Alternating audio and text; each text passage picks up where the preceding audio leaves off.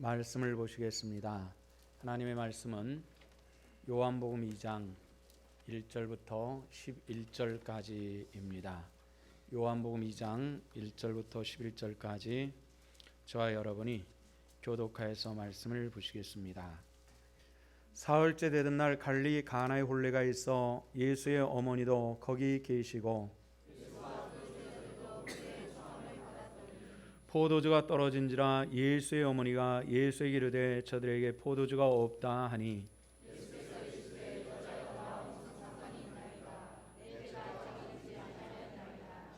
그의 어머니가 하인들에게 이르되 너에게 무슨 말씀을 하시든지 그대로 하라 하니라.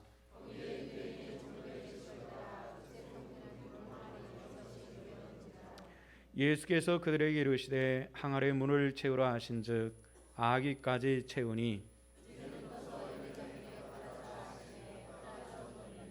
연회장은 물로 된 포도주를 맛보고도 어디서 났는지 알지 못하되 물돈 하인들은 알더라. 연회장이 신랑을 불러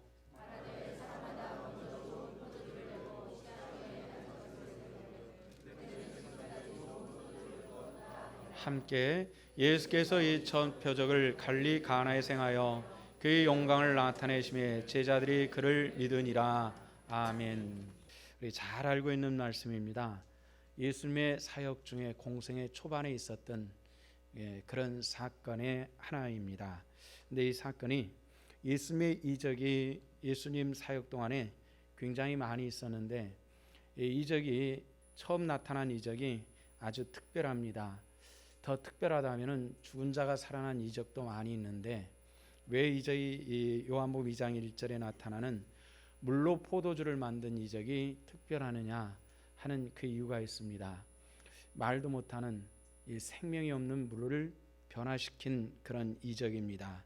또 그 이적 가운데서 특히 현대 우리 교회에서는 술에 대해서는 굉장히 금기시하는데 예수님께서 물로 포도주를 만드셨습니다. 그래서 왜 포도주를 만들었느냐 하는 이런 질문도 많고요. 또 술을 좋아하시는 분들은 그 당시 예수님께서 포도주가 요즘 독일 사람들에게 맥주가 음료인 것처럼 그쪽 사람들은 포도주가 일반적 음료로 사용되는 겁니다. 그래서 그냥 음료를 만들었다라고 하는 생각보다도 오늘 성경에 보면은 10절에 보니까 포도주로 취했다는 말이 나오거든요. 취했으니까 이것은 분명히 술이다. 예수님께서 물로 포도주를 만드셨으니 교회 성도들도 술을 마시는 것이 합당하다. 이렇게 해석하고 싶은 그런 분들이 많이 있습니다. 왜 그렇게 했느냐? 이런 질문보다는 이 사건을 통해서 우리에게 주시는 교훈이 있는 줄로 믿고 오늘 또 우리에게 허락하시는 교훈을 통해서 하나님의 백성으로 승리할 수 있기를 축원합니다. 그래서 과연 이 말씀이 무슨 뜻일까 하는 이런 질문을 먼저 해봐야 되겠는데 우리가 요즘에도 이 포도주가 기독교에서는 사용됩니다. 구교에서도 사용되고요. 신교인 우리 기독교에서도 이 포도주는 귀 사용됩니다. 그 이유는 뭐죠? 포도주는 성찬식에 사용하는 그런 예식에 사용하는 물질이기 때문에 그렇습니다. 성찬 예식에 사용하는 이 포도주 요즘은 백포도주라고 해가지고 색깔이 없는 포도주로 나오는데요. 이 백포도주를 사용하지 않고 붉은색이 있는 이 붉은 적포도주를 사용을 합니다. 그 이유는 뭐죠? 포도주가 상징하는 것은 예수 그리스도의 피를 상징하기 때문에 그렇습니다. 그래서 이 포도주는 우리에게 굉장히 중요한 그런 의미를 가지고 있는데요. 예수님의 보혈을 상징하는 것이죠. 다윗은 시편 34편에서 이런 이야기를 합니다. 너희는 하나님의 은혜를 맛보아 알지어다 이렇게 말씀을 했습니다. 보는 것으로 만족하는 것이 아니라요. 하나님의 은혜의 일들을 맛보아라 이런 얘기입니다. 예수 그리스도의 피의 공로와 축복이 우리 성도들에게 체험되어지시기를 주 이름으로 축원합니다. 오늘 성경 말씀 보면은 포도주를 맛보는데 처음 나온 포도주를 맛본 그런 하객들이 있었고요. 또 두 번째는 물로 만들어진 포도주를 함께 맛본 이들이 있었습니다. 맛은 비슷했던 것 같아요. 물론 나중에 나온 포도주가 더 맛이 있었다라고 성경에 기록이 되어 있습니다만은, 그러나 외적으로는 아마 비슷비슷했었을 겁니다. 다만 포도주에 예민한 분들은 이 맛이 더 좋으냐 저 맛이 더 좋으냐, 무엇 향기가 더 좋으냐, 풍미가 어디가 더 나느냐, 이걸 따졌겠습니다만은 포도주는 포도주입니다. 그런데 나중 포도주를 마신 이들은 지금까지 좋은 포도주를 놔뒀구나 하면서 나중 포도주에 대해서 굉장히 기뻐하는 그런 것을 보죠. 우리가 세상에 살면서 예수를 믿는 사람들이 안 믿는 사람들하고 아주 특별하게 사는 것은 아닙니다. 그저 가정생활도 비슷하고 직장생활도 비슷하고 먹는 것도 비슷하고, 그들과 조금 다른 것이 있다면 우리는 예배를 드리고, 또 그들이 그냥 막 먹어도 되는 것도 우리는 조금 금하는 것이고, 또 세상 사람들이 양심 가책 없이 사는 것들 가운데서도 우리는 좀 양심의 가책을 가지고 주님의 백성으로서의 삶을 살아가려고 노력하는 것일 뿐입니다. 비슷비슷하게 산다는 것이죠. 이 비슷비슷하게 살아가면서 굳이 일주일에 한 번 쉬는 거, 주일날 예배당에 와서 이렇게 할 필요가 있겠나, 이런 생각도 하기 쉬운 그런 내용이기도 합니다. 그러나 중요한 것은 나중 포도주를 마신 이들이 그들의 기뻐했던 것처럼 우리가 이 세상에서 주는 기쁨도 분명히 있습니다. 산의 꼭대기까지 올라가서 땀 뻘뻘 흘리다가 산 위에서 내려다보는 기쁨도 있을 수 있겠고요. 친구들과 함께 텐트 치고 캠프하는 그런 기쁨도 있을 수 있겠고, 아주 피곤하고 힘든 일을 마치고 회식 자리에서 술잔을 부딪히면서 브라보하는 그런 재미도 분명히 있으리라고 생각합니다. 그러나 우리 그리스도인들에게 중요한 것이 있죠. 예수 그리스도를 믿는 그 기쁨과 은혜가 우리를 붙잡고 있고, 이것은 영원히 주시는 하나님의 축복이요 생명이기 때문에 우리가 하나님의 은혜를 알기 때문에 이 자리에 나왔고 하나님께 예배하는 하나님의 백성들이 된 것입니다. 오늘 우리가 예배를 마치고 떠날 때 또다시 이 새 포도주를 마시고 떠나는 하나님의 권속들 되시기를 주 이름으로 축원합니다. 1950년대에 아주 유명한 기독교 영화 하나가 만들어집니다. 배너라고 하는 영화죠. 이 배너라고 하는 영화는 1880년대에 발표된 윌리스라고 하는 사람이 발표한 이 배너라고 하는 이 원작으로 만들어진 영화가 배너입니다. 보신 분들은 잘 알겠지만은 초창기 우리 기독교인들이 그 박해 중에서도 하나님의 뜻대로 살기 위해서 어떻게 살아왔나 하는 것들을 보여주는 그런 내용입니다. 근데 이 배너라고 하는 소설을 원작을 한 분이 윌리스라고 하는 분인데요, 영국 군인입니다. 대령으로 제대했던 분인데요, 1880년대 중반서부터 영국은 전 세계에 굉장히 크고 작은 전쟁들을 많이 겪었습니다. 대표적으로 미국 독립전쟁을 겪기도 했고요, 여러 전쟁들을 겪었는데 이 윌리스 대령이라고 하는 사람이 지휘관이 되어서, 크고 작은 지휘관이 되어서 여러 세계 각국의 전투에 참여를 합니다. 여러 각국의 전투에 참여를 하면서 자기 젊은 부하들, 아주 젊은 사병들이 이 전쟁에서 죽어나가는 이런 슬픔을 지휘관으로서 많이 경험을 하죠. 이 젊은 이 병사들이 죽어갈 때마다 가슴 아픈 모습들을 보고 또 어떻게든지 살려보려고 애를 썼고 하나님께도 기도를 많이 했습니다. 근데 이 윌리스 대령이 경험한 것은 무엇이냐면은 하나님께서 내 기도를 들어주시지 않더라는 것입니다. 여러분들 그런 경험들 하셨죠? 하나님께서 기도를 들어주지 않으셔서 하나님 정말 계실까 하는 이런 의심입니다. 이 윌리스 대령이 이 수많은 전투를 경험하면서 부하들을 참 많이 읽습니다. 아주 젊은 피가 끓는 이 젊은이들이 그 이국 땅에서 그렇게 죽어가는 모습을 보면서 하나님께 많이 부르짖습니다. 하나님 정말 계십니까? 하는 이런 질문입니다. 그리고 나서 그도 나이가 들어서 전역을 하고 고향 땅으로 돌아갔습니다. 그리고 그는 본래 독실한 기독교 신자였지만은 하나님을 떠나기로 작정을 합니다. 그리고 그동안 내가 오랫동안 신봉해온 이 기독교는 진실인가 하는 이 질문을 가지고 성경을 다시 한번 읽어보기 시작합니다. 한 번을 다 읽고 나서 느낀 것은 뭐냐면은 허구로 가득 찼다. 성경은 이런 생각을 합니다. 처녀가 잉태해서 아들을 낳아? 그건 거짓말이야. 죽었던 사람이 다시 일어나? 그것도 거짓말이야. 그런 것입니다. 과학적으로 증명할 수 없는 모든 것들은 다 거짓된 것으로 보인 거죠. 안진뱅이가 일어났고 장님이 눈을 떴고 사람이 무리를 걷고 뭐 이런 이야기들이 이건 동화 속에서나 있을 만한 이런 허구한 일들을 내가 그동안 오랫동안 믿어왔구나 하는 이런 생각을 하니까 굉장히 분통이 터집니다. 그럼 과연 어떻게 할까? 이 거짓된 기독교를 믿는, 이 거짓된 이 성경을 믿는 이 수많은 사람들에게 진실을 알려야 되겠다라는 사명을 갖게 되는 거죠. 그래서 두 번째 성경을 주었습니다. 두 번째 성경을 다 읽고 나서 윌리스라고 하는 이 사람은 자기 자리에서 일어나 바닥에 무릎을 꿇고 이렇게 외칩니다. 하나님, 당신은 진실로 존재하십니다. 아멘. 하나님, 당신은 진실로 존재하시는 하나님이십니다. 이렇게 고백을 합니다. 성경을 한 번, 두 번 읽으면서 아마 여러분들이 느낌이 다를 것입니다. 저도 성경을 많이 읽었습니다. 요즘에도 하루에 20장 내지 30장 정도를 읽어 나가고 있습니다. 어떤 부분은 수백 번을 읽은 부분들도 있을 것이고요. 최소한 안 읽은 부분일지라도 몇십 번은 읽었을 것 같습니다.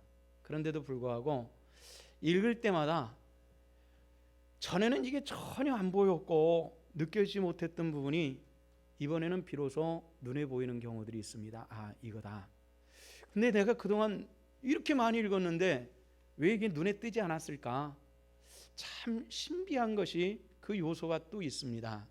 근데 이번에 좀 뭘 깨우쳤다라고 생각을 하고 다음번 성경을 또 읽으면은 또 새로운 게 또 나타나는 겁니다. 마치 양파 껍질을 벗겨내듯이 성경은 읽을 때마다 새롭고 새로운 것인데 성경 무엇라 생각하냐고 저에게 물어본다면은 저는 마치 옹달샘 같은 것이다라고 이렇게 얘기할 것입니다. 옹달샘은 몇 바가지 되지 않은 물이 들어있지만은 그거 퍼내면 없어질 것 같아도 또 솟아나는 것과 같은 것이 옹달샘이죠. 여러분들 하나님의 말씀을 읽고 또 읽으시고 그 안에서 하나님을 발견하시고 새로운 생명수 되시며 포도주 대신 새맛 주시는 우리 주님을 만날 수 있기를 주 이름으로 축원합니다. 그래서 이 율리스 대령은 이 배너라고 하는 이 소설을 완성을 합니다. 그리고 나서 그렇게 외쳤다 그랬죠. 이 소설을 다 쓰고 하나님, 정녕 내가 이 소설을 썼단 말입니까? 이렇게 외쳤다고 하는 것이 바로 이 배너라고 하는 이 소설입니다. 그리고 한 70년 정도 지나가지고 이 배너라고 하는 소설이 영화로 만들어지는 그런 영광을 얻게 되고요. 또 영화 중에서 이 배너라고 하는 소설을 통해서 굉장히 많은 사람들이 주께로 돌아오는 이런 일들도 있었습니다.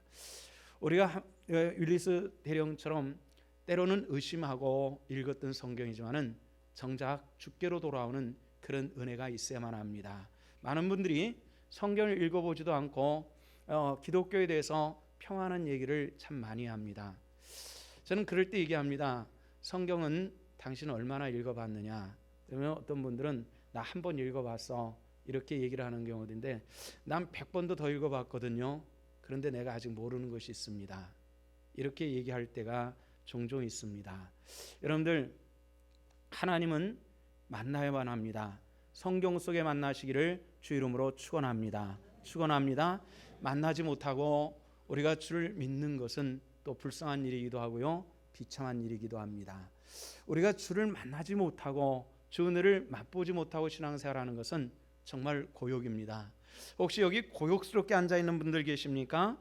오늘 주님을 만날 수 있기를 주 이름으로 축원합니다. 오늘 본문은 요한이 쓴 성경입니다. 요한, 예수님의 12제자 중에서 가장 나이가 어린 사람으로 추정하는 사람이 요한입니다. 이 요한, 그 요한이 오늘 성경을 통해서 우리에게 아주 특별한 이야기 하나를 해주고 있는데요. 9절 말씀에 보니까 이런 말씀이 나오죠. 우리 구절을 같이 한번 함께 읽어보십시다. 다 같이 시작. 연회장은 물로 된 포도주를 맛보고도 어디서 났는지 알지 못하되 물돈 하인들은 알더라. 연회장을 신랑을 불러. 자, 여기서 물돈 누가요? 하인들은 어떻게 했다고요? 알더라. 이 포도주가 어떻게 만들어진 것인지 딴 사람들은 몰랐다는 얘기입니다. 마셔보고서 야 포도주 맛있는데 이렇게 맛있는 포도주에 숨겼다가 지금 가져와 막 이렇게 떠들썩떠들썩하지만은 이 포도주가 어떻게 만들어진 것을 아는 사람은 오직 물돈 하인들밖에 없었다. 이렇게 이야기를 하고 있는 겁니다. 오늘 이 기적의 현장에 우리가 함께 있기를 원합니다. 물이 포도주로 변한 기적의 현장은 갈리 가나였습니다. 나사렛 지방의 한 조그마한 농촌인데요. 지금도 농촌입니다. 언덕 위에 산 위에 있는 조그마한 마을입니다. 이스라엘 사람들은 전통적으로 산 위에 집을 많이 지었습니다. 우리나라 사람들은 산 밑 남쪽 양지바른 개울가에 집을 지었기 때문에 의뢰의 다른 나라 사람들도 그렇게 집을 짓는 줄 알지만은 그러나 좁은 지역에 여러 종족들이 바글바글 모여 사는 곳은 보편적으로 산 위에 집을 짓는 것이 특징입니다. 그는 뭐죠? 종족 간에 종종 싸움을 해야 됐거든요. 이 싸움에서 자기 마을을 지키기 위해서 가장 좋은 곳은 좀 힘들지만은 산 위에 짓는 것이 훨씬 유익합니다. 터키 남부에 가보니까요, 굉장히 험악한 그런 그 산악지대가 있는데 그 산악지대에서도요, 굉장히 절벽 꼭대기에다가 집을 짓고 사는 이런 사람들이 있어요. 아니 왜 하필이면 이 평지 좋은 것도 아니고 저렇게 바위산 꼭대기에다가 물을 나르는 것도 힘들 텐데 왜 저렇게 사나 이렇게 생각을 하는데 그 이유는 전쟁이 났을 때에 살아남기 위한 수단이 그렇습니다. 이스라엘도 그랬거든요. 이 좁은 가나안 땅에 뭐 아모리 족속이니 블레셋 족속이니 가나안 핵 족속이니 굉장히 많은 족속들이 섞여 살았어요. 그러니까 산 하나 넘고 강 하나 건너면은 적이거든요. 이게 적들이 언제 침범할지 모르니까 산 위에다 집을 짓는 겁니다. 갈리 가나, 지금도 이 가나라고 하는 동네는 산 꼭대기에 있습니다. 그 산 꼭대기에 지금은 집이 도채도 붙어 있지 않고 드문드문 떨어져 있는 그런 마을인데요. 예수님 시대와 별로 다를 것이 없이 갈리 가나는 지금도 그대로 있습니다. 근데 이 갈리 가나에 이제 그 혼인 잔치가 있었단 말이죠. 근데 혼인 잔치의 구성을 보면은 우리가 조금 생각할 부분이 있습니다. 첫째는 예수님과 예수님의 제자들이 초청을 받은 겁니다. 이 초창기 예수님의 제자들이 12명이 다 있었던 것은 아니고요. 안드레와 베드로, 야고보와 요한 이 정도의 제자들밖에 없었거든요. 그런데 이 제자들이 예수님과 함께 초청을 받은 겁니다. 그런데 그냥 예수님의 제자이기 때문에 초청받은 것이 아니라 예수님의 제자들과 혼인잔치에 어떤 관계성이 있다는 것을 알 수 있는 그런 대목이죠. 어떤 관계성일까요? 우리 이걸 보면 쉽게 알 수가 있습니다. 예수님의 어머니가 뭘 맡고 있었냐면 주방에서 포도주를 맡고 있었다는 것을 알 수 있죠. 포도주가 떨어졌을 때 예수님을 찾아온 분이 어머니입니다. 그러니까 혼인잔치에 굉장히 중요한 이 포도주를 맡고 있었다라는 것은 그 집안과 어떤 관계가 있다는 것을 알 수 있고요. 또 예수님이 초청을 받았는데 그의 제자들도 초청을 받았거든요. 야고보와 요한은 예수님과 이종 사촌간입니다. 어머니들끼리 자매간이란 말이에요. 야고보와 요한은 예수님은 그들의 형님입니다. 네, 초창기 제자가 그렇게 예수님과 함께 초청을 받는 그런 자리입니다. 그런데 그곳에 가서 이 제자들이 초청받고 혼인잔치가 무르익습니다. 근데 시간적으로 언제냐면은 밤입니다. 중동 지방 사람들, 그쪽 사람들은 낮에 햇볕이 굉장히 자외선이 뜨겁기 때문에 중요한 일들을 밤에 많이 합니다. 특히 결혼식도 밤에 하는 특징을 지금도 역시 밤에 합니다. 뜨거운 나라 사람들의 특징입니다. 밤중에 이 혼인 예식이 치러졌다라는 것을 알 수 있는 그런 대목이죠. 그런데 문제는 이렇게 밤새 먹고 마시고 즐겨야 될 포도주가 일찌감치 떨어져 버렸다는 것에 문제가 있는 것입니다. 이 문제가 생겼을 때 우리가 여기서 또 주목해 보야 될 것이 예수님의 어머니 행동을 보면은 우리가 특별한 것을 발견할 수가 있습니다. 자, 제가 이 어떤 잔치 자리에서 술을 계속 내줘야 되는 책임을 맡았는데 문제가 있어요. 그냥 술이 떨어져 버린 겁니다. 여러분들 어떻게 하시겠어요? 내가 할 수 있다면 어떻게든지 조달을 해야 되겠는데 조달이 안 되는 형편이라면 어떻게 해야 되겠습니까? 제일 먼저 누구를 찾아가는 것이 옳지요?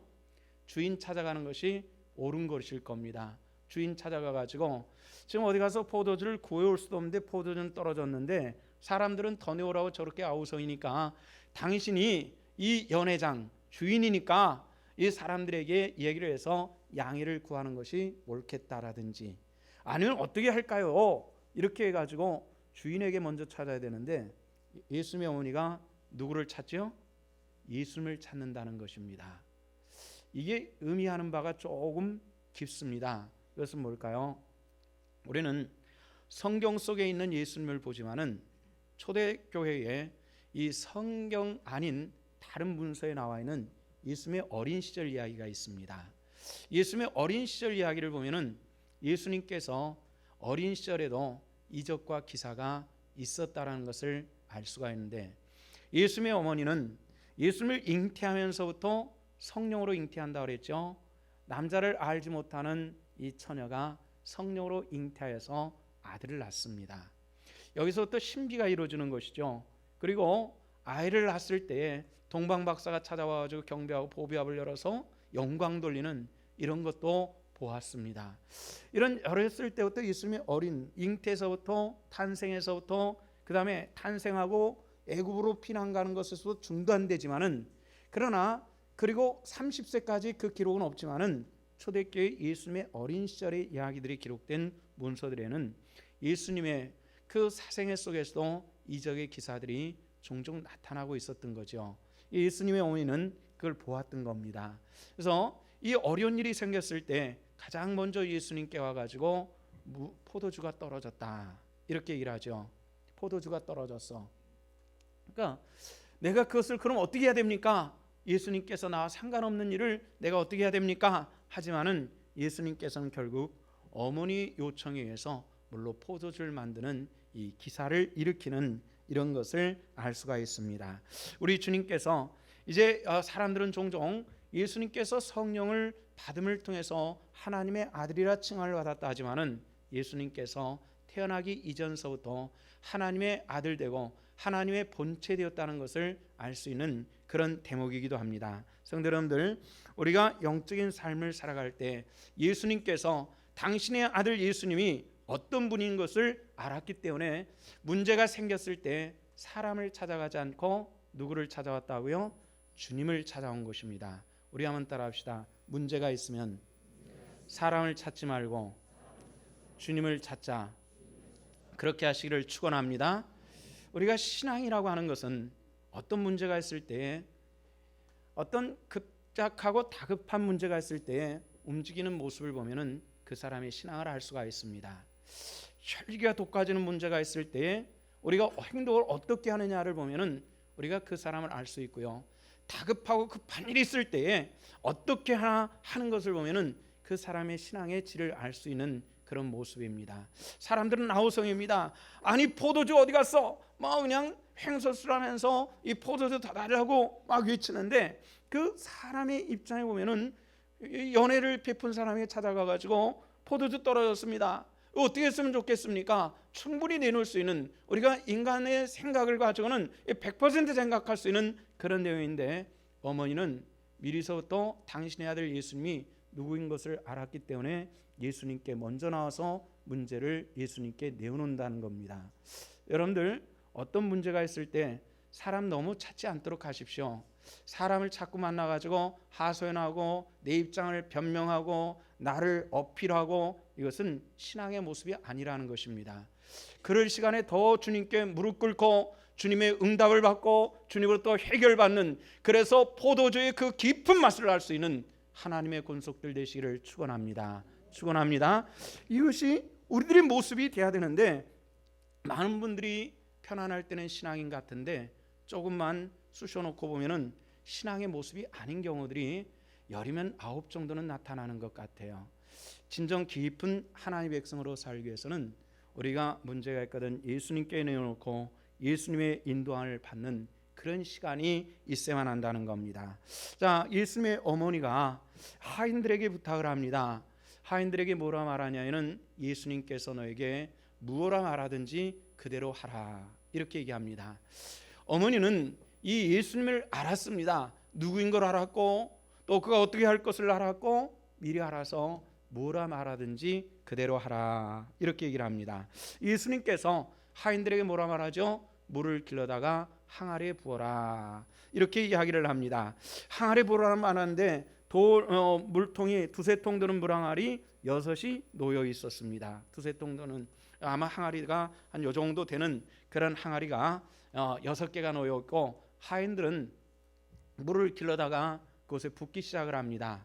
근데 성경을 가만히 보십시오. 7절에 보니까 예수님께 그들에게 이르시되 항아리에 물을 채우라, 이렇게 말씀을 했습니다. 뭘 하겠다 그랬어요? 항아리에 물을 채우라, 이렇게 말했는데, 그런데 이 하인들이 어떻게 했나 하는 것을 보면은 우리가 특별히 알 수 있는 것이 있습니다. 7절 하반절 보니까 물을 채우라 하신즉 어디까지? 아귀까지. 물을 채우라, 반쯤 채우라, 가득 채우라, 이런 것이 없으니까 적당히 채울 수 있는데 아귀까지 찰랑찰랑 흘러 넘치도록 완벽하게 일을 하고 있는 그런 모습입니다. 우리가 어떤 일을 하든지 이런 자세는 매우 필요한 것이라고 생각합니다. 우리가 대충 한 것이 아니라 정말 주님께서 만족할 만한 그런 순종으로 나가는 이런 하나님의 권속들 되시기를 주 이름으로 부탁을 드립니다. 더군다나 아까 말씀드렸죠, 시간적으로 저녁입니다. 요즘처럼 아스팔트 길로 잘 깔려있는 그런 곳이 아니라요, 산비탈 밑에까지 내려가서 물을 길러 와야 되는 그런 상황입니다. 이게 시키는 일이 포도주가 필요한데 설거지는 내일 아침에 해도 될 일들을 지금 하려고 하는지 물을 떠오라고 하는 이런 상황입니다. 얼마든지 당신이 이 집에 혼주하고 인척이면 인척이지 좀 우리에게 아무리 돈을 주고 시킨다는 좀 한 거 아니야, 이거 얼마든지 따를 수 있는 그런 상황입니다. 그런데 이 하인들이 다행스럽게 예수님께 순종하고 있었더라는 것입니다. 순종할 때 아구까지 물을 채울 정도로 온전한 순종으로 나갈 때 하나님의 놀라운 이적과 기사가 나타나지는 그런 모습들을 볼 수 있는 것이죠. 술에 취해서 있는 사람들에게 이제 물이 다 채워졌고 물을 채워놨습니다 하니까 예수님께서 물을 떠서 연회장에가 갖다 줘라, 이렇게 얘기를 합니다. 연회장에 갖고 그 연회에 참석한 사람들이 물을 가져온 그 물을 마시는데 놀랍게도 그 포도주가 맛있다. 이 물과 포도주는 액체는 액체지만 본질적으로 다른 것인데 사람들마다 정말 포도주가 최고다. 이 포도주가 일찍부터 나야 되는 포도주가 이제 늦게 나왔네 하면서 왁짝지껄 떠들면서 그 포도주를 칭찬하고 있더라는 것입니다. 여러분들, 예수님의 이적과 기사가 누구를 통해서 나타나고 있냐면 온전한 순종하는 하인들을 통해서 놀라운 역사가 일어나고 있다는 것을 알 수 있는 그런 대목이죠. 하나님의 은혜 받기를 원하십니까? 축복된 하나님의 사람들 되기를 원하십니까? 그렇다면 주님 은혜 안에서 완벽한 순종의 사람들 되어지시기를 주 이름으로 축원합니다. 물론 포도주의가 만들어지는 이 사건 간단한 얘기입니다만은 만만하게 들려지는 그런 내용은 아니라는 얘기죠. 중동 지방에 전승동화 이런 얘기가 있습니다. 전승동화는 굉장히 어느 나라 어느 민족에나 교훈적인 것을 담고 있는 것이 일반입니다. 이 중동 지방 사람들도 굉장히 오랜 문화가 있어서 이 전래 동화들이 굉장히 많습니다. 이 전래 동화 중에서 이런 얘기가 나옵니다. 한 임금이 나이가 많아 세상을 떠납니다. 떠날 때가 가까울 때에 그동안 충성된 하인들에게 뭔가 정말 충성된 사람을 선정해서 선물을 좀 주고 싶은 이런 생각이 납니다. 그래서 하인들을 모아놓고 이렇게 얘기합니다. 궁궐 저쪽 끝에 가면은 우물이 있는데 그 우물에는 그물 옆에 항아리가 하나 있을 거요. 그 항아리에다가 물을 가득히 담아놓고 문을 다 담아놨으면은 나에게 와서 얘기를 하시오. 그래서 한 사람에게 부탁합니다. 경이 그곳에 가서 물을 길러서 항아리에 물을 부으라고. 그랬더니 가보니까 좀 난처합니다. 그건 뭐냐면은 항아리가 깨져가지고 아래에 구멍이 났다라는 겁니다. 쉽게 말해서 우리식으로 표현하면 뭐라는 얘기하죠? 밑빠진 독, 그런 겁니다. 밑빠진 독의 특징은 뭐예요? 부어도 채울 수 없는 것, 이런 건데 그때 물을 부어서 채우라는 겁니다. 그 물에서 부어서 물을 채우라. 근데 이게 될 일이 아니라는 얘기죠. 그래서 물을 채우지를 못했습니다. 또 한 사람을 불러서 이번엔 경히 가서 하도록 하시오 했더니 첫사람은 한 바가지도 부어보지도 않았는데 두 번째 사람이 물을 길어서 바가지를 부어보니까 곧바로 빠져서 다 흘러 새버리는 모습들을 보았습니다. 여러 사람들이 그 밑빠진 독에 물을 붓기를 도전을 했는데 한 사람이 나중에 임금을 찾아와 가지고 폐하, 밑빠진 독에다 물을 붓다 보니까 우물 안에서 이걸 발견했습니다 하고 상자 하나를 가져옵니다. 그 상자를 열어보니까 여러 가지 금은 보화가 상자 속에 가득히 들어있는 그런 걸 보았습니다. 경은 어떻게 해서 이 상자를 발견했느냐 물어봤더니 부어도 항아리가 차지 않더이다. 그래도 꼭 길러서 밑빠진 독에 물을 부었는데 나중에 밑빠진 독에 물이 차기보다는 우물물이 빨리 떨어져 버렸습니다. 그거 보니까 여기 뭐가 하나 있어서 건져온 것이 이것입니다. 이렇게 얘기를 합니다. 임금이 얘기하기를 내가 경들을 시험하기 위해서 내가 우물 속에다 집어넣은 보물상자요, 이게 당신 것이요 하고 가지고 가겠다라는 건데, 이 교훈하는 것이 있죠. 우리가 무엇을 하든지 성심성의껏 최선을 다할 때에 하나님의 복된 은혜가 우리 성도들에게 함께 하실 것을 우리들에게 가르쳐 주시고 있는 것이 있습니다. 성도 여러분들, 오늘 저녁에는 우리가 우리 교회에서 지난 한 해 동안에 우리가 하였던 일들을 살펴보고 내년에 우리는 또 어떤 일들을 할 것인가를 결정하는 그런 일들을 합니다. 우리 다 신성교회 성도들이라면 오늘 저녁에는 어떤 일이 있어도 나오셔야만 합니다.